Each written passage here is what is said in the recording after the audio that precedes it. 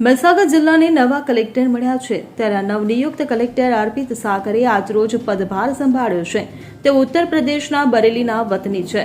અર્પિત સાગરે NIT અલ્હાબાદથી ઇલેક્ટ્રોનિક્સમાં બીટેકની degree મેળવી છે. તેઓ 2015ની બેચના આઈએએસ અધિકારી છે. અગાઉ તેમણે વડોદરા મહાનગરપાલિકાના ડેપ્યુટી મ્યુનિસિપલ કમિશનર તરીકે સેવા આપી છે.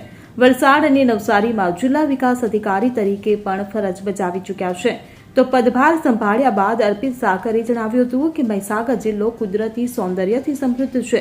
તેમણે જિલ્લામાં પ્રવાસન ક્ષેત્રના વિકાસ પર ભાર મૂક્યો છે. સાથે જ સર્વાંગી વિકાસ અને સરકારી યોજનાઓ છેવાડાના માનવી સુધી પહોંચે તે માટે કટિબદ્ધ છે. તેમણે જિલ્લાવાસીઓને વહીવટી પ્રશ્નો માટે સીધો સંપર્ક કરવાની અપીલ કરી છે.